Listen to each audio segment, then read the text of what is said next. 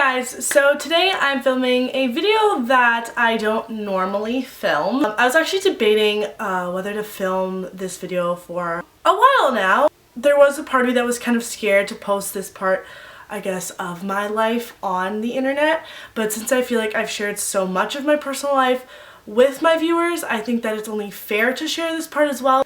As you guys can tell, I've had some free time on my hands. Like, it's totally noticeable the amount I was uploading for Vlogmas and stuff in the month of December. You could tell that I wasn't really doing schoolwork or, quote, in school at the moment. I have no idea how I'm going to kind of put this video together. I feel like I'm going to film it and then I'm going to rewatch the footage and be like, damn, like I wish I put this in, or I mentioned this, or I forgot this. I'm going to remember all these little things that added up to the main title, which is why I dropped out of school. To be more specific, I dropped out of university. So in Canada there's college and university, well I guess in most places, but there's kind of two streams to go to, or I guess three if you do an apprenticeship, which you guys can do all this research on your own about what the differences are. But anyway, I did attend university for not even a semester, and I did unfortunately drop out. So this video is addressing why I did so, why I came to that decision, and it definitely wasn't an easy one. I will say that. There was, you know, a huge pros and cons list that I was weighing out as I was making the decision. Let's just get started with the backstory, and then I'll kind of work my way into how it all kind of went down, I guess. So most of my viewers know I do live in Canada, and the university I did end up attending was the University of Western Ontario, and that has been my dream school since I was, I think, in about 7th grade. And in 7th grade I didn't even know that this school had a program that would be well suited for me, but you know, closer to the application time of universities, which was like December, January of the year I was in 12th grade, which was last year, so I guess it would be 2016, 2015, I guess, if you're counting December. And, you know, it was definitely the toughest school to get into for me. It was the last school I got accepted to. I got accepted to every single school except one, and Western was one of them. Western was definitely closer to the end of the acceptance dates, if that makes sense. They accept you until May or something, like late May, and that's when I got accepted. So I almost ended up going with a different school as a backup if I didn't get accepted to Western. So Western was a university that did require a higher average point to get accepted into their programs, as opposed to a lot of the other schools I applied for. So I was really nervous. I wasn't even going to get accepted, even though I did have the, you know, grade point to get in, but I feel like, you know, I was working my butt off that whole year. Especially, I was a hard worker in high school for sure, but especially in grade 12 when marks really did count, I worked like triple as hard to make sure that my mark was going to be at that point so I could get accepted to my first choice school, which I feel like, you know, most people would do. If that's what you want, that's what you really want, you know, you gotta go get it and you need to work hard for it. So that's what I did. And like I said, I almost ended up settling with a different school, and you know, looking back on it now, I'm like, should I have went to that other school? Do I think I would have succeeded if I stayed there?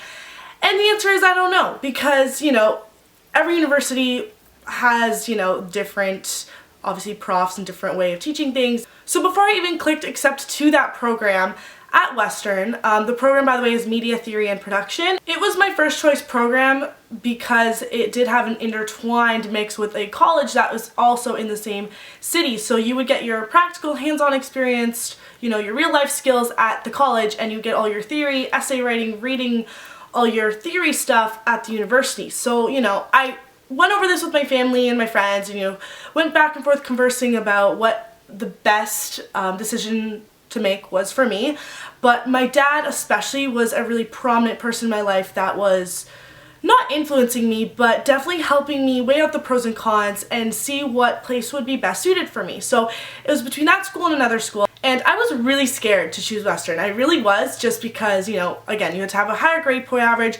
Definitely means it had to be a little bit of a harder school skill-wise and everything. Once you get there, you know, you got to work a little bit harder than I would have had to at another university per se that I needed a way less average to get into, significantly less. So I knew I would have had to work hard, but ridiculously hard, like harder than grade 12, harder than I've ever had to, you know, maybe give up, you know, some of my extra time that I had to myself or social time dedicated more towards, you know, this program in this school. So after weighing out the pros and cons for both universities, I knew in my heart that where I wanted to be in the end was Western. There definitely were things that influenced me to go to the other school, and it was a strong candidate. It definitely was I did almost decide to go there just because multiple reasons, but I was really scared that I wouldn't succeed at Western. And I didn't, but I wouldn't have known if I didn't go. And I feel like living with that, not regret, but that thought, what would it have been like if I didn't go to Western? So I accepted to Western, and you know, a lot of people in my grade accepted to the other school. And it was weird because there's only a couple other girls in my grade at my school that accepted Western that I wasn't really friends with. Like, you know, I was mutual civil, we talked sometimes in the halls and stuff, but we were never really close, so I knew that they weren't going to be like my group of friends when we went away to school. So I accepted Western, went away to school, and it was hard since the start for me. I'm not gonna lie. I remember 2 weeks in, I already was having doubts, being like, this isn't for me, I'm not gonna succeed, this is really difficult, I'm struggling. And I called my dad, I think it was the second week of school, but the first week wasn't even school, it was like an orientation week, so you didn't have classes. But the second week of school, I called him. I was in my dorm room, my roommate wasn't there, and I just was bawling. And he was like, what's wrong? Just trying to calm me down. And I was just like, so upset, and I was like, I can't do it, this isn't for me, I don't think I'm gonna succeed, etc. So as a parent, obviously he's, you know, trying to calm me down. This is a guy that also comes from a university background. My mom went to university, my brother went to university, so I'm not saying the expectation was super high, because they were very understanding parents. In the end of all this, they weren't like, oh my god, you're such a disappointment and disgrace, you know, you need that degree like everyone else has. So he was just trying to calm me down, telling me it was going to be okay, whatever. So I had this huge panic attack. I talked to my brother, who is finishing up his last year of university this year. And I thought, you know, he knows the way to go, knows what to do, and, you know, he's experienced everything, so he's got to know what's best for me. So he's trying to calm me down and, you know, tell me kind of the ropes and how I'll figure things out as I go, etc. Like, it's only my second week, I can't be stressing this hard. And you know, if I have another panic attack, that I have family to support me. Obviously I have friends too, but family to support me, you know, through it. And they said, if you have another panic attack, just call us. So as the weeks progressed, you know, I did my work, I did my readings, I did my essays, I got on top of assignments and projects as soon as I got them assigned to me, because that's just my work ethic. I don't like to procrastinate and leave things to last minute. I get it done, and you know, if I'm planning to go out, I make sure I get down a certain amount before I go out, so I'm not stressing about it the next day or while I'm out. So let's fast forward now, going into one of my first lectures. So I was going into my lectures, you know, feeling a little nervous, anxious, not knowing what to expect, because obviously this was all new to me. It was new to everyone who was in first year, obviously. And I can't say anything more than I felt uncomfortable. I didn't like the classroom situation, how there was like 200, 300 people sometimes, and there was no one-on-one with the teacher. You were just another number, another name on a list. You really had no true interaction with your prof unless you actually made that effort to go like see him after class and stuff, which is difficult when you have 4 other classes as well. You have 5 in total. And you know, you're trying to balance your new life away from home. I just felt uncomfortable typing fast. I felt uncomfortable with profs talking super fast. I felt uncomfortable with things like new information that I didn't quite understand, and it wouldn't always be posted on the website for the school that you would log on to and get your assignments and readings and stuff from. And that made me like very uncomfortable and anxious and like nervous and antsy all the time. They were also very long classes, you know, so I was used to what, like an hour, a little over an hour in high school per class. And these lectures would run from like 2 to 3 hours, and then you'd have a tutorial, which is kind of where you have a smaller group setting, and you have a TA, which is a teacher's assistant, and they kind of go over more of the material in depth. If you have any questions or assignments, they kind of clarify that stuff. And I know I had one class which was film studies, which I did enjoy a lot, but that one was also like 5 hours a week because you had to watch a film and then you had a lecture on top of it and then you had your tutorial. So that was a huge commitment. That was all around your course. The amount of time I would sometimes have to spend on readings was, I don't want to say absurd because I feel like it's just normal in university and everyone's in the same boat as you, but there was this one class I took that was a women's studies course, and I did not understand what I was reading 95% of the time. There's these huge words that made no sense. I'd look them up and then try to piece together, you know, how it would make sense in the context it's used, and I would just not understand it at all. I'd constantly be talking to my TA about it because I was just so lost. So at one point, you know, I got together a women's studies group in my class and talked to a few girls, and we decided to split up the readings because that was definitely a class where we were assigned a lot more readings and homework. And even with that being said, when we all had our own readings and then we like sent each other summaries, I still didn't really understand what was going on because the summarizations they'd sometimes put for the readings would just be literally pulling out sentences of the reading. So they weren't really summarizing it or breaking it down for people in the group to understand, if that makes any sense. Some of the topics that we would, you know, take home as a reading, we wouldn't always discuss in class or in tutorial. So we'd be left with all these questions being like, well, what the heck does this stuff mean that we didn't cover in class? So of course you'd have to make that extra effort to go talk to your TA or your prof and figure it out, because when it comes to exam time, no one's gonna know what the material is. With that same course, you know, there wasn't really a set routine that my prof would have in the class, so I really didn't like how that was disorganized and thrown off. She would often teach very oddly and all mumble jumbled every single week. It would just kind of change, and I found that hard for my learning skill set because my brain would not comprehend her way of teaching, if that makes sense. So sometimes she'd have slides up, sometimes she'd have no PowerPoint up, sometimes she would just take questions, and sometimes she would just discuss one reading, but she wouldn't summarize it. She would, I don't even know how to describe it. I just was very lost in that course. And I know some of the girls I sat with too were also very lost in that course. So when it came to my final paper, I think, of that specific course, Women's Studies, I got my paper back in a lecture a few weeks later, and my marks were like okay for my other assignments, but I really needed this one to, you know, help it be boosted. And I brought it down significantly. Let's just say I was livid. I was like, this can't be possible. I don't understand what I did wrong. The girl beside me got the exact same mark as me. We were freaking out. I was trying to calm her down, saying it was all going to be okay. Yet in my own head, I was like, Clarissa, you're in the exact same boat and it is not okay. So, you know, I went to tutorial and then I talked to my TA about it. My TA said to talk to my prof about it because she's the one who gave the mark. So I found that really weird how the TA just did all the comments and then just gave the paper to my prof and she put the percentage. I didn't like how it was just one person who intertwined it all together. So I'll come back to that story in a sec. Moving on to computer science, which is another course I took. It was easy to begin with. I scored really high marks on the first couple assignments, and then, you know, I hit a huge bump in the road, especially with the TA, or I guess it is called a TA. The TA would sometimes show up late to the labs, and he'd be on his phone a lot of the time. And he talked to some of the students in the class like they were stupid and like just didn't know what the program was. But then again, this guy like had a degree in this course, right? So all of it's going to come easy to him, and when it's our first time touching these things, you're obviously going to expect a lot of questions and uncertainty and not understanding it fully. And I guess he just didn't comprehend that. He thought like, oh my god, this is so easy, like how come you don't understand? He would never really say that, but he would always imply it, and it just would make people feel uncomfortable. You're being paid to be here to help us, and you're not really doing that. So the lab would be 2 hours long. You would get something like an assignment that you'd have to do. You'd have to complete it by the end of the 2 hours, but he would always leave like 30 minutes early, and then we'd have like no TA for that half an hour. So if you did need that full 2 hours, which at some times you did, not every single week, but there were certain ones that were very lengthy, and you would not have him to check over your work at the last half hour.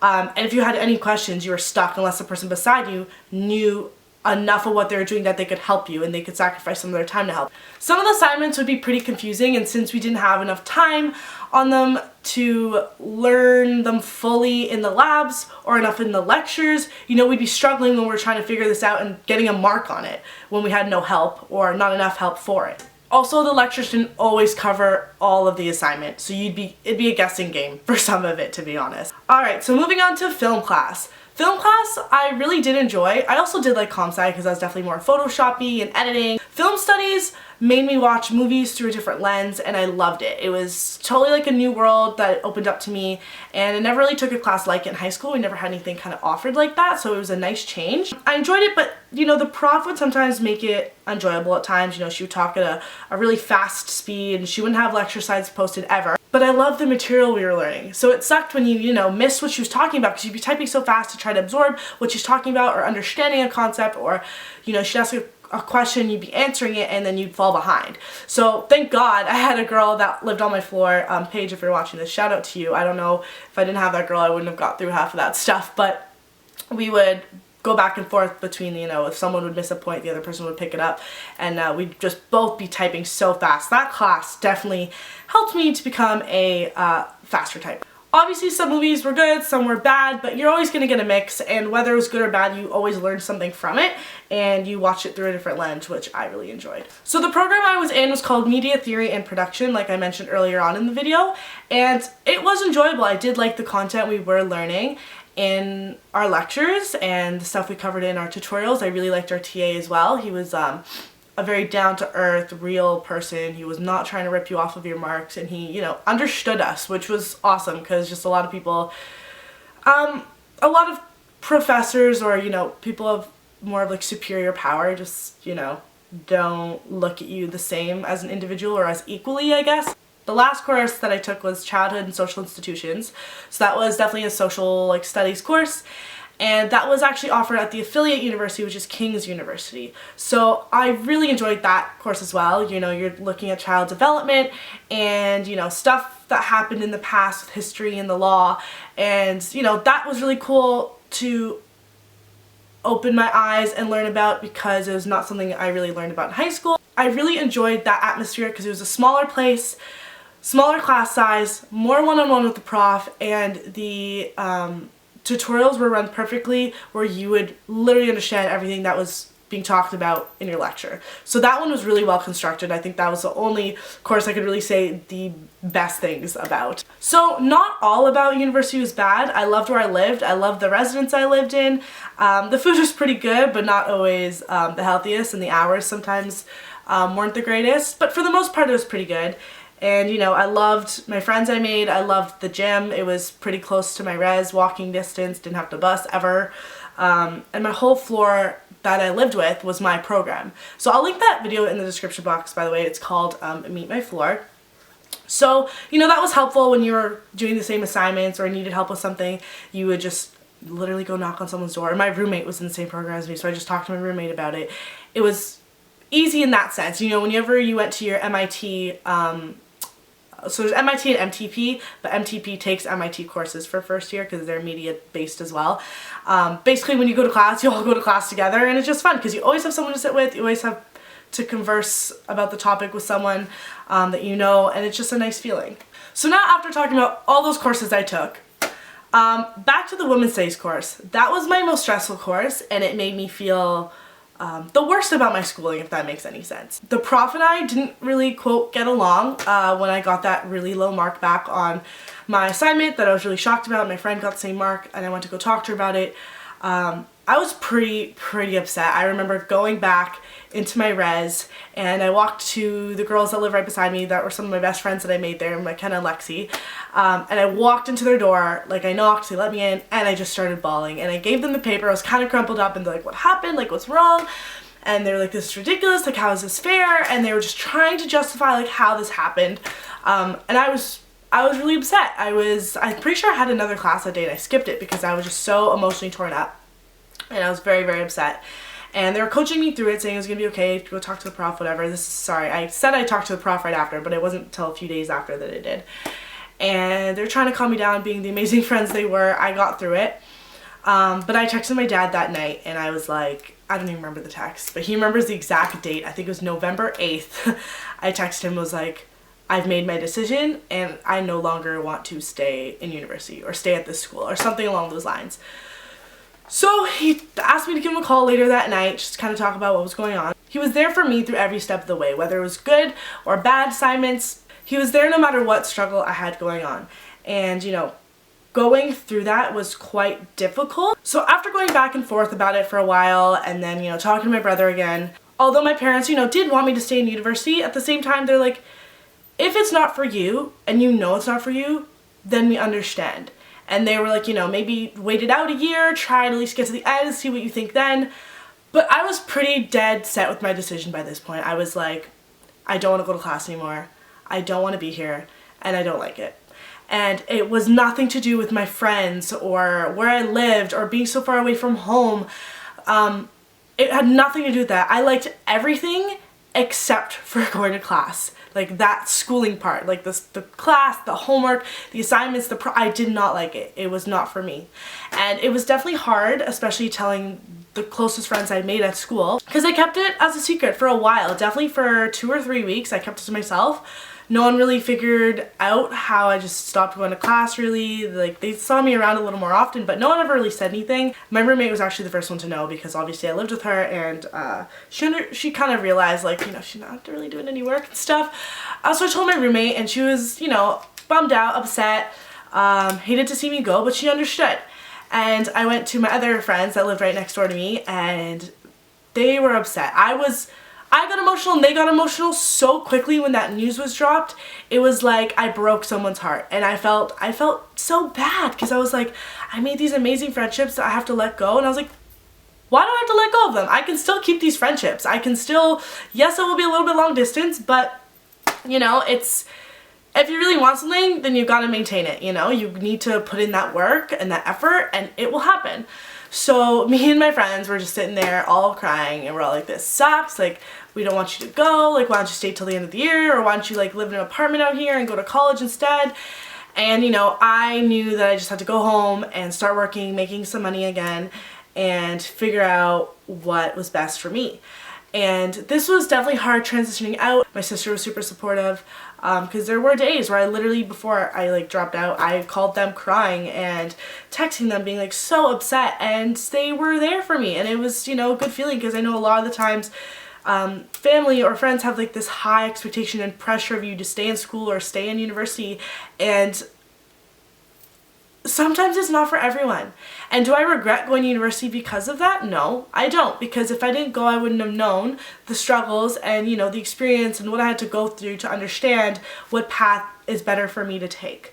So although it was a hard process, and although I did have to leave some of the best memories and friends, you know, out there, I don't regret going. And I know it sucks, like it still sucks thinking about, because now I'm living at home again, at least for this semester, and it's an adjustment, and it's something that I have to, you know, get used to. You know, I still have all my friends on social media, and it's hard sometimes, you know, seeing their Snapchats and, you know, Instagram posts being together out there, and I'm just like, like I wish I was still there too, but that path wasn't for me, and, you know, me leaving was a fine decision. I'm really glad I got the opportunity to live away and experience the things I did. It wasn't the easiest time for me, like I said, but if I didn't do it, I would have never known. And, you know, I'm the girl that always has a plan. You can ask anyone. I always know what to do. You know, I always have backup plans. And of course I did have a backup plan, but I can't start that backup plan until September of 2017. So my plan as of right now is to go to college instead, still stay in the media world, because obviously I'm filming right now for you guys. I love doing, you know, television broadcast, radio broadcasting, media, relations, communications, all that kind of stuff. So I want to stay in that field, but just transition over to the college route instead of the university route. And you know, at first, I don't want to say I was ashamed, but I was so like, oh, like I don't want to be that person. I don't want to be known as that girl, the one who dropped out of school. I feel like in this day and age, like it's changed. People don't look at you like that anymore. I mean, some might, especially, you know, the old school generation, you know, people like my parents, not specifically my parents, but people like them, might have higher expectations and stuff, but I feel like it's more acceptable these days to kind of just go to college, or I don't want to say not go to school, but there is a lot of people that have been successful out there that don't go to school. And is that a risk you're taking? I mean, of course, but you know, you got to do what's best for you. And going away to university was, like I said, good decision at the time, but you know, I realized that it's not what I quite wanted and suited me. So to end off this video, I just want to say, if any of you are having doubts about university, about college, definitely do your research before you go. I know I definitely did. I did a ton, and I talked to a ton of people, and I did think it was the best decision for me at the time, but you actually kind of have to go through it to realize whether it's for you or not. Unfortunately, you can't think of the money or the time you wasted, because that's not what it's about. It's a learning experience. Everything's a learning experience, and you won't get that unless you do it. And I feel like if you have the opportunity to live away, it doesn't necessarily have to be university, it could be a college, then you can do so. I think that it's definitely a good growing up experience, if that makes any sense. So I just want to say thank you everyone so much for watching this video, and I'm glad I have that all off my chest now. I know it's super lengthy and long, but I feel like, you know, some people out there kind of need to know the truth, because some people still don't know, and I, you know, have to re-explain the story, forgetting that I haven't told them yet. So let me know how you like this video, and, you know, comment down below if you've had any of those struggles, or, you know, are debating dropping out or anything like that. But give it a fair shot, because I know some people may think I didn't because I didn't stay there for a year, but I didn't need a year to figure out whether it was for me or not. I needed less than a semester to figure that out. So I will see you guys in my next video, and thanks for watching. Bye.